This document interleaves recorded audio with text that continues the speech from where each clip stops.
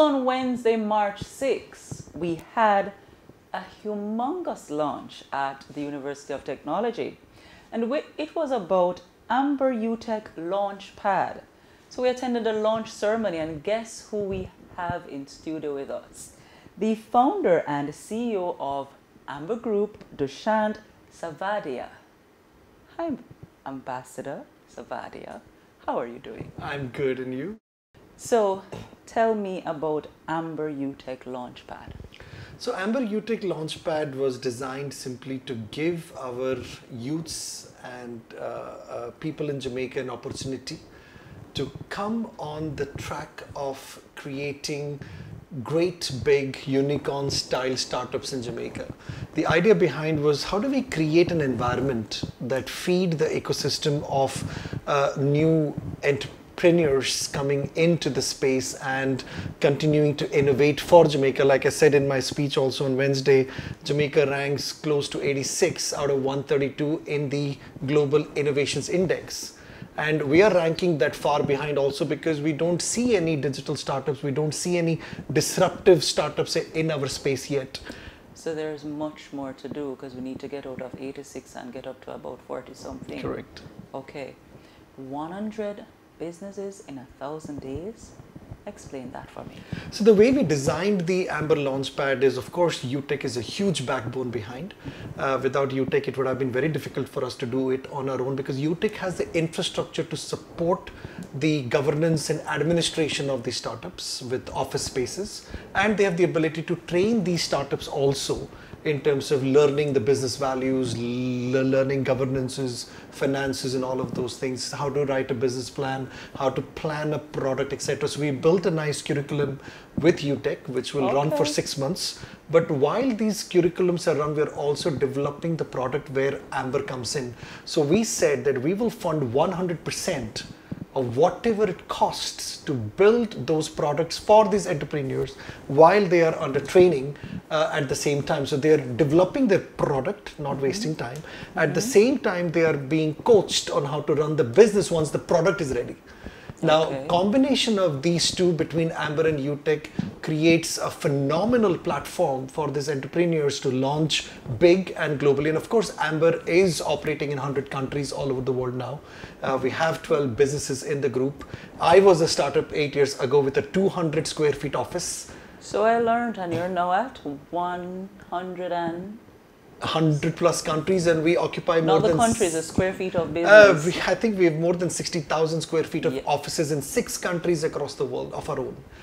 We bought our own office spaces in Jamaica. We are building a gigantic 5-floor building in India.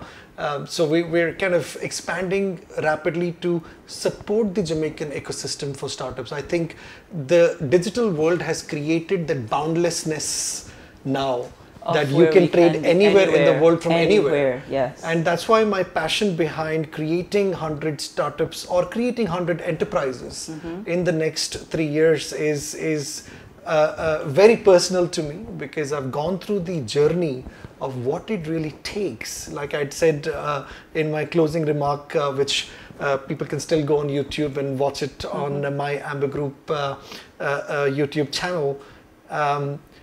When I started with no funding, with very limited trust, with no knowledge of who to go to speak to, it was one very difficult ride. And every juncture building the product, I would run out of money.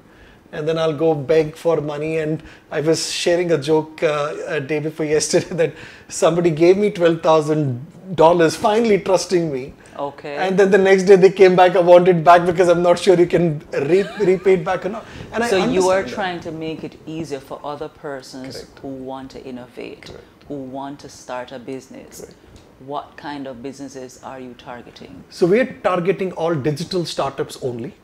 So what we've done now, we've launched our website, which is on the My Amber Group website. So if you go to myambergroup.com, you can go enroll yourself there, you register there, you pitch your idea on the website.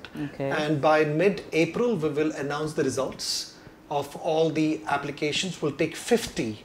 By mid when you? Mid-April. Mid-April, By mid-April, we'll announce the results of the 50 startups that we will take from the first cohort enrollments that come in. Okay. These 50 will be trained by us in terms of polishing them how to do a pitch, and then they will come on a live show and pitch to the judges, which will be broadcasted across Jamaica. And we are also going to give the nation an opportunity to select which startup should be the next big thing of Jamaica. I want people to so you are involving not just the business persons, but you want the country to participate. Correct. That's good. And become the users of these startups, back them fully. Because if you have chosen these startups to come out, I'm sure you will want to support them all the way by giving them business too. True, true. So, we're going to be a part of it. You're going to be having they have to present to different judges mid-April, the cutoff time. What are some of the requirements for them to be a part of? All I personally look at when I'm doing an investment into any business, what do I look at? One, are you sincere? Can you be truthful? Okay. Two, are you a man or a woman who will work hard? Really passionate about the business? How are you going to test that? You can't test that, but you can tell. It's not everything is measured with statistics. Some things you have to measure by gut. Okay. And if you're wrong, you're wrong. You fix it next time. And the third thing I look for is the business viability by itself. Have you thought it through? And if the concept is good, idea is great, but you don't know how to do the rest of the steps, that is where we come in. We will mentor you. Okay. We will train you. We will fund it 100%. So you never have to go beg for money to anybody in your life to build your product. We'll completely develop your product 100% and then give you our marketing arm, which is in 100 countries all over the world, to launch your product at the same time. So they're going to be allowed to launch in your 100? Correct, in our ecosystem entirely. That's what we did over the last 8 years. All I built is a massive rail across the world.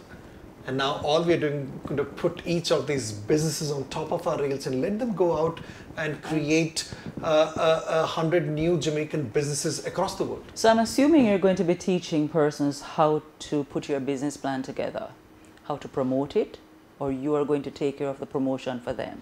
No, so we're going to teach them and do it with them. So the traditional ways you teach them and you let them go and do it by themselves, but how it took us 1 year to know A for apple, B for ball, C for cat. We didn't memorize it overnight. We spent 1 year just repeating in our nursery days in school, right? So you can't expect an entrepreneur to learn everything in one 6-month span in one session. So what we need in Jamaica now is a proper hand-holding, not just training and education, but walking the path with them to take them across. So we had our conference January 23 to about 25, or somewhere there, about 22nd to the 24th. And one of the CEOs asked the larger CEOs, like for the Masses and the Seprods and the Grace Kennedy, if they could form a group so that they could take the smaller companies' hands to help them to build. Beautiful. This sounds similar to that to me. I hope and pray that one day everybody can come together, because it would be great. But you piqued my interest with something else. The companies that you're going to be having in this 100 company in 1,000 days, they have to eventually put aside a percentage to come on to the Jamaica Stock Exchange. Tell us about that. That is correct. See, end of the day, we need to make the society a part of the ownership of our businesses in Jamaica. More accountability. More accountability, more governance, more ideas, more visibility, and more trust. which is very important, and Yes. being listed on the stock exchange brings all these factors a lot more faster. Good. And of course, when you misuse that trust on the stock exchange and don't follow the right processes, then you see what happens to the Yes, credibility of yes. that business. But my view is this, that the way we set up the Amber Utech Launchpad, I have integrated 20% to be set aside from day one with the founders, that we will list into the stock exchange. But the way we've done it also, we also want the founders to have some cash. They can't be working on a small salary or a mid-scale salary all their life. So you're giving them an opportunity to raise funds. To raise funds for like themselves at the same time. It's not just about, I don't want that money to come back into the business. The business has to sustain itself with its own operating capital.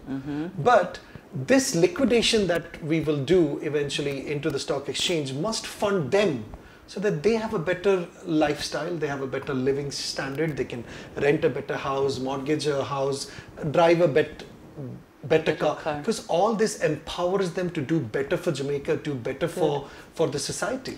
And you had the Most Honorable Andrew Holness at your launch, and the gist of his presentation was about building the economy. So you are playing a major role in that with your Amber Utech Launchpad.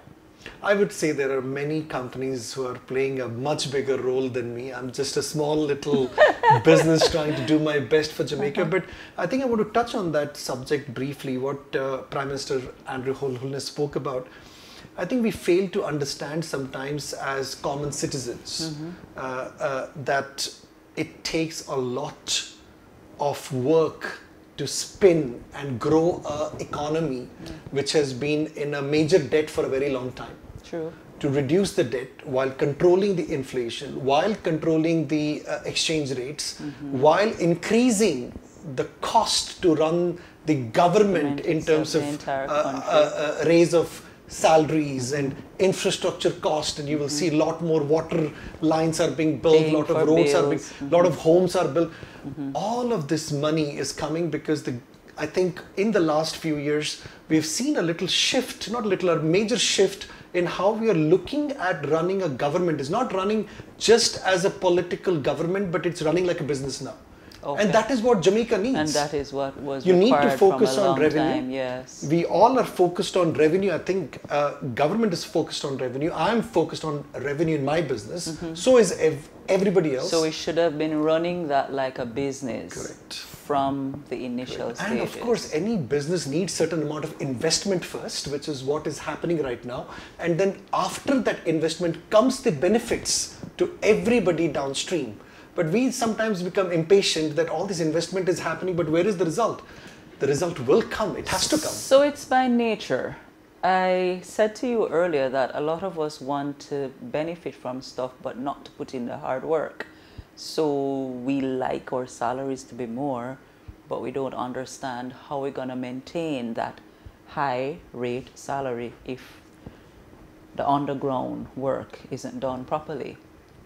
I have to ask you though, why Jamaica? For me, I came to Jamaica in 2012 as a humanitarian. I'm not a business background guy. It's just, I think I still call myself an accidental CEO. Okay then. Early 2012, I came to Jamaica to teach the Art of Living Foundation stress management workshops. I taught thousands of inmates in the prisons. I went to inner cities, gangs. I taught corporates how to manage the corporate stress as an individual. Sorry? You taught Yes. Yeah. To teach them breathing, just to come out of these violent tendencies and look at life with responsibility instead of violence. Trying to solve problems with responsibility instead of other means. So I heard about, don't forget what you wanted to say, gangs, prisons, corporate. Have you ever been into schools? Yes, I've taught courses in the schools. I've taught courses in Haile Selassie, for example. I taught the entire school back in 2014, 2013. So while I was teaching all of these courses and bringing this human values back in the forefront, sort of, that you look at human values first before you look at everything else. Early 2015, I ran out of funding completely. On 2nd of January 2015, I'll never forget that day. I had no money in the bank. And that's our powerful interview with Ambassador Dushyant Savadia, founder and CEO of the Amber Group. And he was talking to us about Amber Utech Launchpad and the various categories that the group entail, 100 countries over the world, and he loves Jamaica. But we'll hear more from him another time. Thanks for joining us.